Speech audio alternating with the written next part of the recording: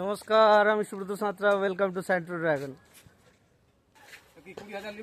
হ্যাঁ, একদম।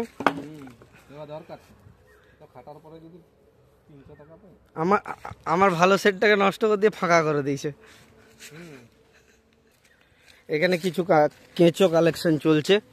এই যে উপরে মিলে রেখে দিয়ে এই কেঁচোগুলোকে সরানো হচ্ছে।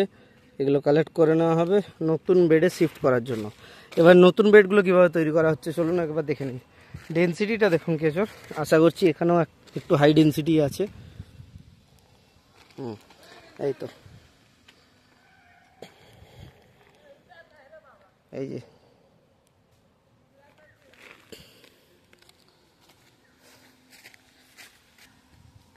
নতুন বেডের জন্য কালেক্টেড গোবর, এটা ঠান্ডা আছে কিনা চেক করে নিতে হবে।